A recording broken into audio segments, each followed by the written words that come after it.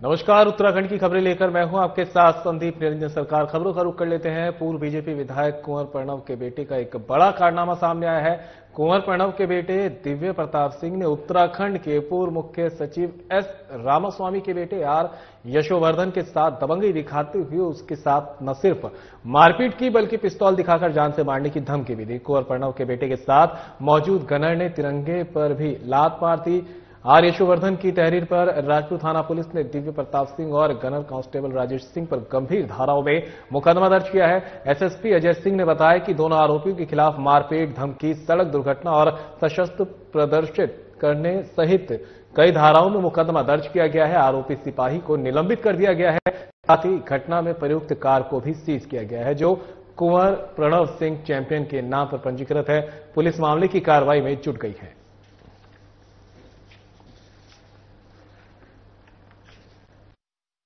थाना राजपुर पर शिकायत मिली थी। इसका कंप्लेनेंट है श्री यशोवर्धन जी और उनके साथ एक टैक्सी में जा रहे थे। उनके द्वारा शिकायत दी गई कि जब वो राजपुर रोड पर जाखन क्रॉस कर रहे थे तो वहां पर एक गाड़ी जो है एक एसयूवी गाड़ी और एक से पीछे जो है एक स्कॉर्पियो बोलेरो गाड़ी थी जिसके द्वारा सायरन बजा के उनको ओवरटेक किया गया था और ओवरटेक करने के बाद आगे इस गाड़ी को रोककर ड्राइवर के साथ गाली गलौज मारपीट की गई और एक वेपन निकाल के उसको धमकाया गया था। चूंकि समस्त घटनाक्रम में उस समय जो कंप्लेनेंट थे उनके द्वारा वो किसी को उसमें पहचानते नहीं थे, ना ही जो ड्राइवर था वो किसी को उसमें पहचानता था। बट उनके द्वारा जो एफआईआर में जो गाड़ी का नंबर किया गया इसके आधार पर वहां की सीसीटीवी फुटेज को चेक किया गया और उस गाड़ी के आधार पर गाड़ी के ओनर को ट्रेस किया गया तो उसमें दिव्य प्रताप का नाम पता चला था जो उस गाड़ी में सवार था। इस तत्काल बाद एक पुलिस टीम द्वारा मुकदमा लिखने के बाद अगले दिन जो इस गाड़ी जो बोलेरो जो चल रही थी जो सायरन बाजार जिसमें एक पुलिसकर्मी की बात आई थी कि उसमें सवार था, उस पुलिसकर्मी की पहचान करते हुए पता चला कि वो गनर उनके पिताजी को आवंटित था। इसके आधार पर जो एक रिपोर्ट एसएसपी हरिद्वार को भेजी गई थी जिस पर तत्काल संज्ञान लेते हुए उन्होंने उसको निलंबित करके विभागीय कार्रवाई प्रारंभ कर दी है।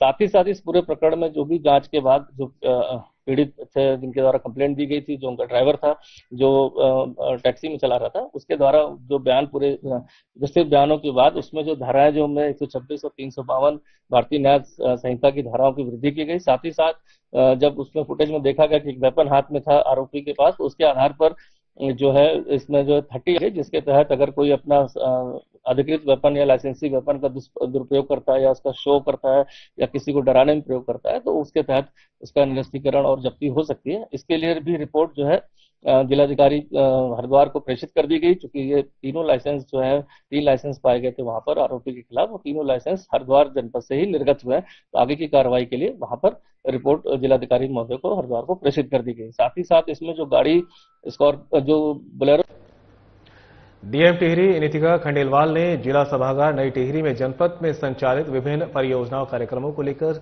समस्त जिला स्तरीय अधिकारियों के साथ बैठक कर आवश्यक निर्देश दिए। इस मौके पर डीएम ने जिला योजना के अंतर्गत विभागों की अद्यतन भौतिक और वित्तीय प्रगति की जानकारी ली। कम प्रगति वाले विभागों को कार्यों में प्रगति लाते हुए समस्त विभागों को 15 दिसंबर तक 75% धनराशि व्यय करने के निर्देश दिए। सभी एसडीएम को अपने क्षेत्रांतर्गत लोक निर्माण विभाग और पीएमजीएसवाई द्वारा गड्ढामुक्त सड़क को लेकर किए गए कार्यों के निरीक्षण सत्यापन के निर्देश दिए। इसके साथ ही डीएम नितिका खंडेलवाल ने जनपद में बढ़ती ठंड को देखते हुए सभी संबंधित अधिकारियों को ससमय सभी व्यवस्थाएं यथा सड़क सुरक्षा के दृष्टिगत बालाग्रस्त सड़कों पर नियमित चूना छिड़काव, रैन बसेरों में सभी आवश्यक व्यवस्थाएं, सार्वजनिक स्थलों पर अलाव जलाने आदि अन्य समस्त व्यवस्थाएं करने को कहा।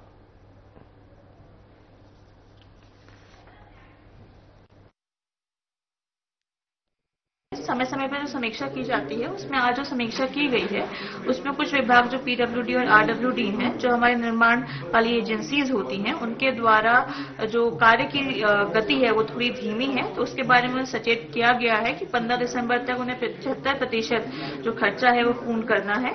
तो कोई पैसा वापस आने की तो बिल्कुल भी उम्मीद नहीं है। हम सभी विभागों की समय समय पर मॉनिटरिंग कर रहे हैं और सारा पैसा हमें उम्मीद है कि हम जनवरी के एंड तक सारा पैसा जितना जिला योजना का है वो सर समय निर्गत कर भी दिया जाएगा और उसका जो काम है वो भी पूर्ण कर लिया जाएगा। तो वहीं कांग्रेस वर्किंग कमेटी के सदस्य करण माहरा का बयान सामने आया है। खबर आप तक पहुंचा रहे हैं, जहां पर कांग्रेस वर्किंग कमेटी के सदस्य करण माहरा का आया बयान। बीजेपी ने अब तक नहीं किया मंत्रिमंडल विस्तार न होने से जनता का किया नुकसान। बीजेपी के पास नहीं योग्य नेता, बीजेपी में कांग्रेस पृष्ठभूमि के 90% मंत्री और 90% प्रवक्ता।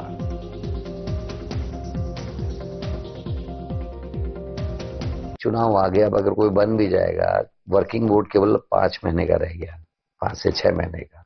उसके बाद चुनाव की तैयारी इत्यादि हो जाती है, तो अब बनाए ना बनाए से फर्क नहीं पड़ता, लेकिन जनता का नुकसान जरूर कैबिनेट को खाली रख के बीजेपी ने किया है। और जो मैं समझता हूं कि इनके पास योग्य लोग हैं ही नहीं तो आधे भी, बल्कि 90% जो मंत्री हो कांग्रेस पृष्ठभूमि के आज हैं, और प्रवक्ताओं में भी 90% प्रवक्ता जो है कांग्रेस पृष्ठभूमि के हैं, तो टोटा है बीजेपी के पास योग्य लोग। सर वोट चोर जिला सभागार नई टिहरी में डीएम नीतिका खंडेलवाल और मुख्य विकास अधिकारी वरुणा अग्रवाल ने जनता दरबार कार्यक्रम के तहत लोगों की समस्याओं और शिकायतों को सुना। इस मौके पर 34 आवेदन पत्र दर्ज किए गए, जो पुनर्वास, लघु सिंचाई, लोक निर्माण विभाग, राजस्व, खनन, खंड विकास आदि अन्य विभागों से संबंधित रही। इस दौरान सीएम हेल्पलाइन और जन समर्पण पोर्टल पर दर्ज लंबित शिकायतों की समीक्षा की गई। अधिकारियों को समयांतर्गत शिकायतों का निस्तारण करने और जो शिकायतें क्लोज हो गई हैं उन्हें पोर्टल पर अपडेट करने के निर्देश दिए गए। जनता दरबार में क्षेत्र पंचायत सदस्य मझगांव यशपाल सिंह ने मझगांव के विनोद सिंह के पारंपरिक घराट क्षतिग्रस्त होने तथा लघु सिंचाई विभाग द्वारा बनाए गए चेक डैम से कृषि भूमि की क्षति की शिकायत की, जिस पर अधिशासी अभियंता लघु सिंचाई को तत्काल जांच कर आवश्यक कार्रवाई करने के निर्देश दिए गए। प्रदर्शन आयोजित किया गया था, उसमें कुल 34 मामले आए हैं और मेजॉरिटी जो मामले आए हैं वो कोई रोड की स्थिति या पानी के संबंधी मामले हैं, जिसमें संबंधित विभागों को निर्देश दे दिए गए कि 1 हफ्ते भीतर मौके पर निरीक्षण करके वो तत्काल कार्रवाई करेंगे। इसके अलावा कुछ मामले पुनर्वास संबंधित भी हैं, तो उसमें एक जो इनिशिएटिव है जिलाधिकारी महोदय द्वारा जो शुरू किया गया है उसके बारे में बताया गया है कि अब लोगों को भूमिदरी राइट्स के लिए अलग से नहीं करना पड़ेगा। वो लोग एक जगह तहसील में आके अपने आवेदन देंगे तो तहसील के द्वारा वो कार्रवाई स्टार्ट की जाएगी और पुनर्वास कार्यालय द्वारा सत्यापन करने के बाद जो डॉक्यूमेंट्स हैं वो 3 दिन भीतर तहसील को दोबारा उपलब्ध करा दिए जाएंगे, ताकि जो म्यूटेशन की कार्रवाई है, उनकी भूमिदरी राइट्स की कार्रवाई है, वो समय भीतर 45 दिन के भीतर हो पाए और लोगों को बार बार चक्कर ना काटने पड़े, जिससे कि पुनर्वास निदेशालय की जो मैक्सिमम समस्याएं हैं लोगों की वो समय पे हल हो पाए। और फिलहाल रुकेंगे ब्रेक के लिए, कहीं मत जाएगा, जल्द होंगे हासिल।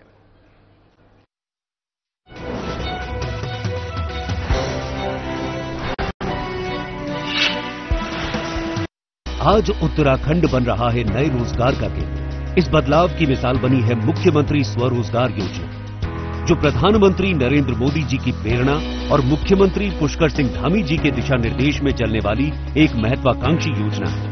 अब तक 39,000 से ज्यादा युवाओं ने शुरू किया अपना व्यवसाय और 1 लाख से अधिक लोगों को मिला है रोजगार। अब सफलता को नई उड़ान देने आई है मुख्यमंत्री स्वरोजगार योजना 2.0। ये सिर्फ योजना नहीं बल्कि आर्थिक क्रांति है। आसान ऋण, बिना गारंटी शुरुआत और मार्जिन मनी की सहायता के साथ हस्तशिल्पी, प्रवासी, महिलाएं या बेरोजगार, स्वरोजगार 2.0 है सबके साथ। ग्रामीण या स्थानीय उत्पाद पर मिलेगी अतिरिक्त मदद, ताकि विकास पहुंचे हर घाटी तक।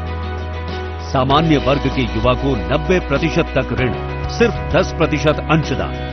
SC, ST, OBC और पूर्व सैनिकों को 95% तक ऋण, सिर्फ 5% अंशदान। इसके साथ ही महिला, दिव्यांग, ग्रामीण व ODOP उद्यमियों को मिलेगा 5% अतिरिक्त प्रोत्साहन। मुख्यमंत्री स्वरोजगार योजना 2.0 के तहत विनिर्माण इकाइयों के लिए 25 लाख तक, सेवा क्षेत्र जैसे सैलून व टेलरिंग के लिए 10 लाख तक और व्यापार जैसे जनरल स्टोर आदि के लिए भी 10 लाख तक की वित्तीय सहायता प्रदान की जाती है। आपका सपना छोटा हो या बड़ा, मुख्यमंत्री स्वरोजगार योजना 2.0 हर कदम पर आपके साथ है। बिना गारंटी का लोन, जरूरत पर फ्री ट्रेनिंग और सिर्फ 15 दिन में लोन वितरण की गारंटी। अब आपके उत्पाद जुड़ रहे हैं ऑनलाइन बाजारों और हिमाद्री एम्पोरियम से, ताकि आपका कारोबार चले नहीं, बढ़े।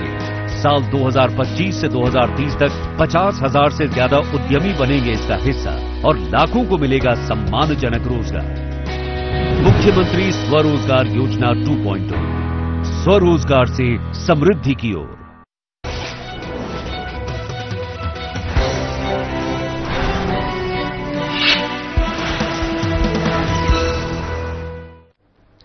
ब्रेक के बाद आप सभी का स्वागत है। खबरों में आगे बढ़ते हैं। शहर की डेमोग्राफी को बदलने की एक गंभीर साजिश का नैनीताल पुलिस ने बड़ा खुलासा किया है। फर्जी स्थायी निवास प्रमाण पत्रों को तैयार कर जनसंख्या के सरकारी आंकड़ों के साथ छेड़छाड़ करने के आरोप में पुलिस ने 3 आरोपियों को गिरफ्तार किया। Nainital SSP doctor Manjunath TC ने बताया कि इस पूरे नेटवर्क की एक महत्वपूर्ण कड़ी दिनेश सिंह दासपा है, जो यूपीसीएल में तकनीकी ग्रेड 2 के पद पर कार्यरत है।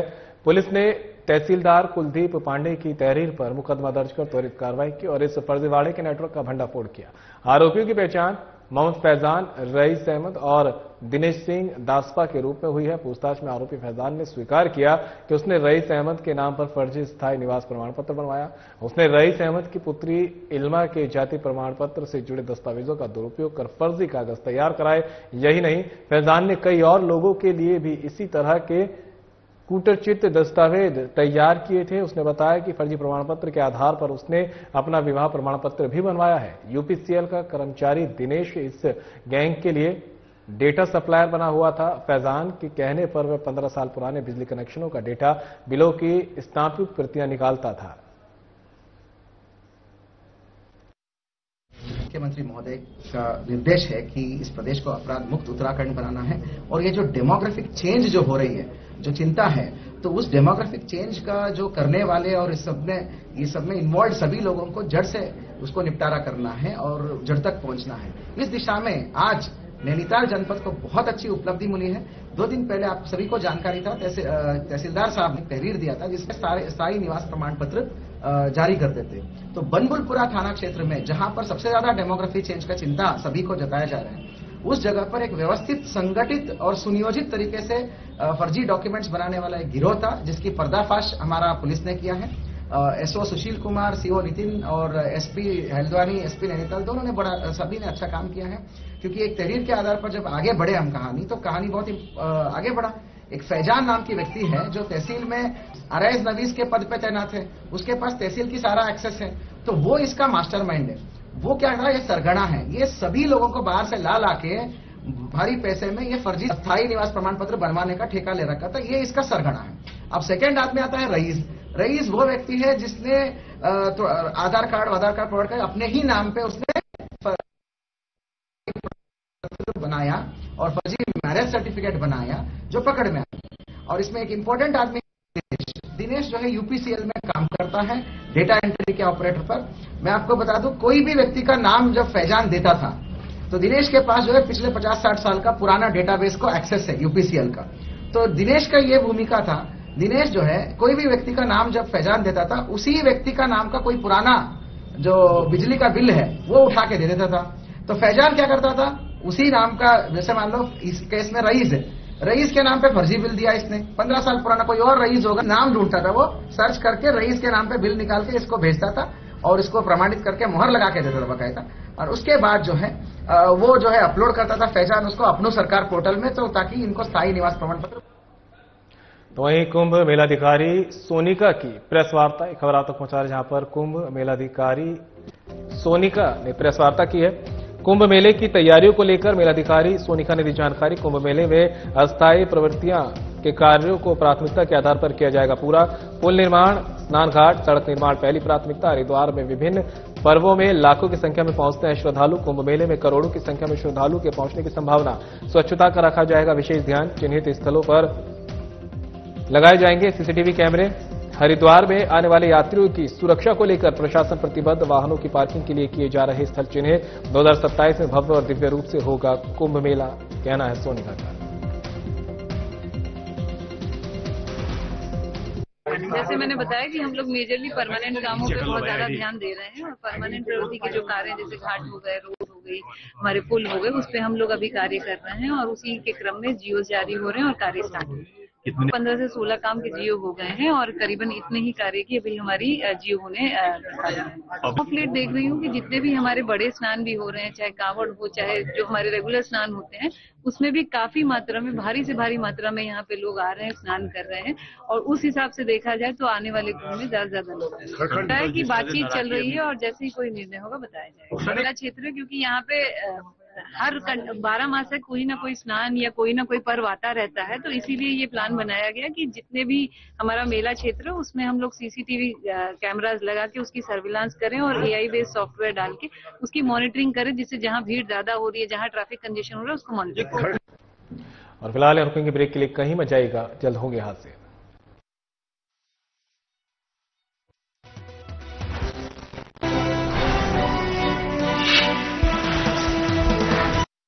क्या आप इस खूबसूरत से देहरादून में अपना एक प्यारा सा आशियाना चाहेंगे? वेल, MDDA लाए हैं देहरादून के प्रीमियम लोकेशन पर ISBT housing scheme, an upcoming modern society. एक परफेक्ट रेजिडेंशियल लोकेशन क्या होती है, जहां से bus station, market, schools, airport सब नजदीक हो। और ऐसी ही प्रीमियम लोकेशन पर है ISBT हाउसिंग स्कीम, जो कि है हरिद्वार बाईपास रोड पर। This is a 3 BHK and this is GST free. Let's take a quick flat tour.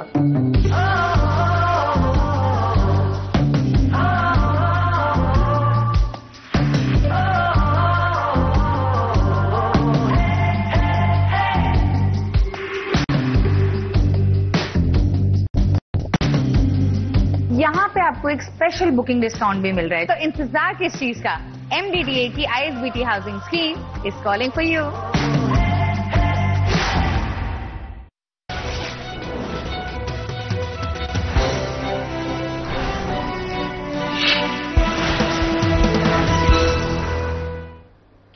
Break के बाद आप सभी का स्वागत है। खबरों में आगे बढ़ते हैं। किराएदारों का सत्यापन न करना पड़ा भारी, 20 मकान मालिकों पर पुलिस ने लगाया जुर्माना, जल्द सत्यापन न करने पर कड़ी कार्रवाई की चेतावनी के बावजूद सत्यापन न कराने वाले मकान मालिकों पर आज भारी भरकम जुर्माना। लक्ष्मण झूला थाना पुलिस ने लगाया। जुर्माना लगा तो मकान मालिक अब किराएदारों का सत्यापन करने की बात कह रहे हैं। बता दें कि लक्ष्मण झूला थाना क्षेत्र अंतर्गत आज 8 पुलिस की टीमों ने अलग अलग क्षेत्र में बाहरी लोगों का सत्यापन चेक किया। पुलिस कप्तान सर्वेश पवार के निर्देश पर चले चेकिंग अभियान में 20 किराएदार बिना सत्यापन के रहते हुए पकड़े गए, जिनके खिलाफ पुलिस ने 10-10 हजार रुपए का जुर्माना लगाया। लक्ष्मण झूला थाना प्रभारी संतोष पैथवाल ने बताया कि सत्यापन अभियान नीलकंठ, मोहनचट्टी, जोंक गांव, चीला और कुनाव क्षेत्र में चलाया गया। बिना सत्यापन के रहने वाले किराएदारों के साथ मकान मालिकों को फटकार भी लगाई। पुलिस का मानना है कि बिना सत्यापन के किराएदारों को रखना शहर की सुरक्षा से खिलवाड़ है और ये नियमों का उल्लंघन भी है। भविष्य में ये कार्रवाई जारी रहेगी। पुलिस ने बगैर सत्यापन के किराएदार रखने वाले मकान मालिकों को जल्द से जल्द किराएदारों का सत्यापन कराने की अपील की है।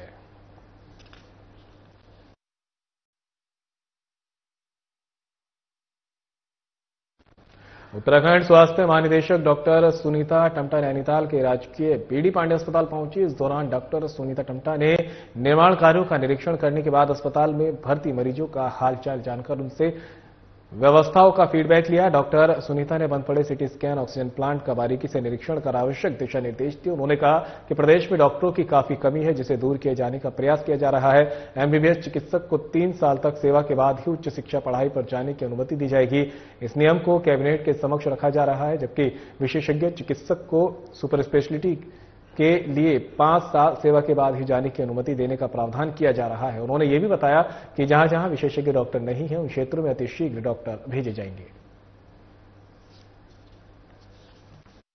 जो भी ज्वाइन करेगा वो 3 साल तक हमारे धरातल में काम करे, उसके बाद वो PG करने जाए। ये पॉलिसी बनेगी जो कि कैबिनेट से पास होगा, क्योंकि उसमें बिना कैबिनेट से पास हम नहीं कर सकते। तो ये आप पास करवाने का हमारा एक प्राविधान है। दूसरा देखिए, विशेषज्ञ डॉक्टरों की हम कह सकते हैं 50% हमारे राज्य में कमी है।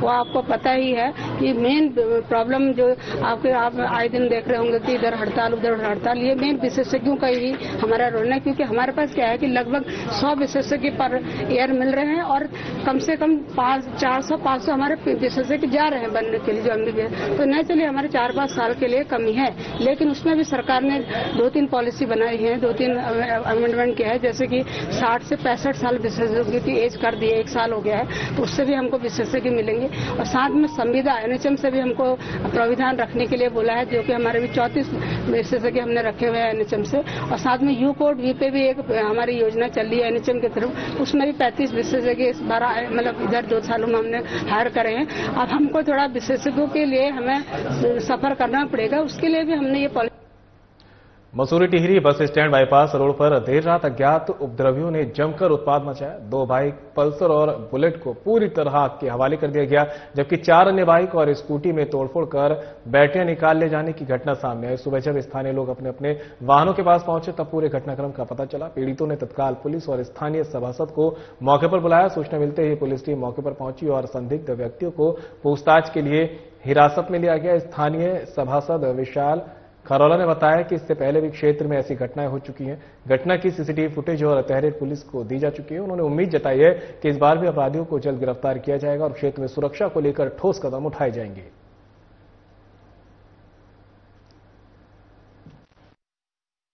मैं यही स्कूल में जॉब करता हूँ। अभी मैं जैसे जॉब के लिए जा रहा था तो मैं गाड़ी स्टार्ट की तो गाड़ी का जो रेस की वायर होती है पूरी बाहर खींच चुकी है। और अभी गाड़ी को लिए हुए 1 साल हुए, पिछली दिवाली को मैंने गाड़ी ली थी और गाड़ी का ये हाल हुआ है। यहाँ पे गाड़ी खड़ी करना बहुत दिक्कत की बात हो रखी है। अभी 2 आरोपियों को पुलिस ले जा चुकी है। अभी देखते हैं क्या होता है। पुलिस से चाहते हैं ऐसे आरोपियों को सख्त सजा मिलनी चाहिए। Born and brought up here, but this has happened for the first time over here. I live in Bypass Road. और मेरे को सुबह एक फोन आया, एक ठेकेदार जी हैं यहाँ पे, उनका मुझे फोन आया अराउंड 7:30 AM और मैं तो घर पे सो रहा था। उन्होंने बोला तुम्हारी बाइक यहाँ पे जली हुई है। तो फिर मैंने देखी मेरी बाइक पूरी जली हुई है। मेरी रॉयल इनफील्ड है 2017 मॉडल, गन मेटल ग्रे। और फिर मैंने देखा वहाँ पे मेरी पूरी बाइक जल के बिल्कुल राख हो रखी है, गिरी पड़ी है। फिर मैंने अपने दोस्तों को फोन किया, पुलिस को फोन किया, तो पुलिस थोड़ी देर में आई, मेरे दोस्त लोग भी आए यहाँ पे। तो अभी हम क्या कर सकते हैं, अभी हम फिर आपके माध्यम से हम ये गुजारिश कर सकते हैं पुलिस प्रशासन से कि ये जो ये करते हैं ये ऐसे काम, घिनौने काम, उनको जल्द से जल्द पकड़ा जाए और कड़ी से कड़ी सजा दी जाए।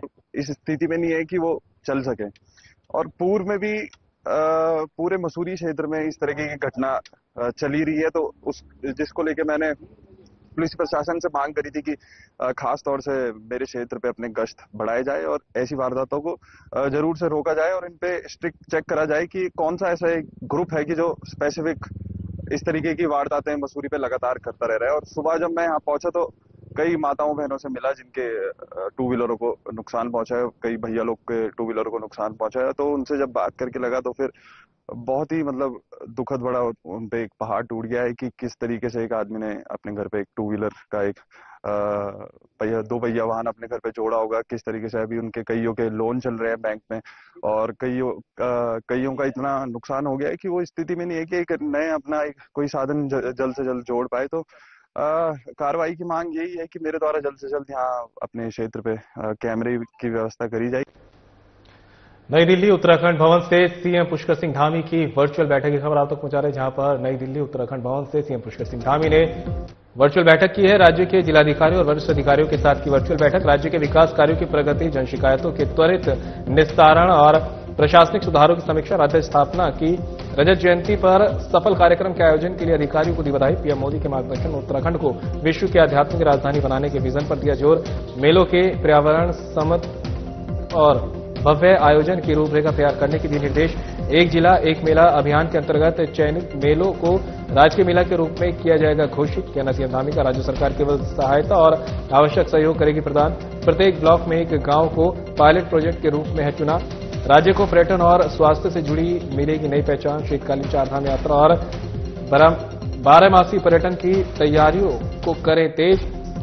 इन पैकेजों से न केवल पर्यटन गतिविधियों में वृद्धि होगी बल्कि स्थानीय लोगों को भी रोजगार के नए अवसर होंगे प्राप्त। सीएसआर फंड का उपयोग जनहित के कार्यों के लिए जिला स्तर पर व्यापक रूप से किया जाए।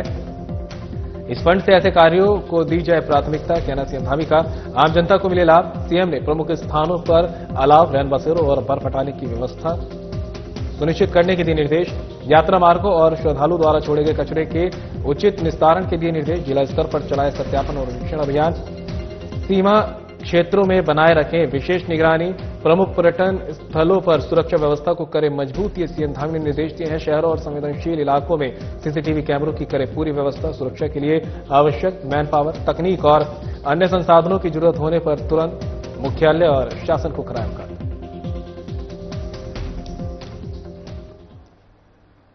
ऋषिकेश नगर निगम क्षेत्र अंतर्गत शिवाजी नगर में लोगों की सुविधा के लिए बिछाई जा रही सीवर लाइन मुसीबत बन गई है। ठेकेदार की लापरवाही लोगों की जान पर भारी पड़ रही है। जगह जगह सीवर लाइन के पास बिछाए जाने के बाद जमीन का समतलीकरण नहीं किया जा रहा है। कई जगह लाखों रुपए की लागत से बनाई गई नालियों को तोड़ दिया गया है, जिसकी वजह से लोगों के घरों से निकल रहा गंदा पानी सड़कों पर बह रहा है। लोग गंदे पानी से गुजरने को मजबूर हैं।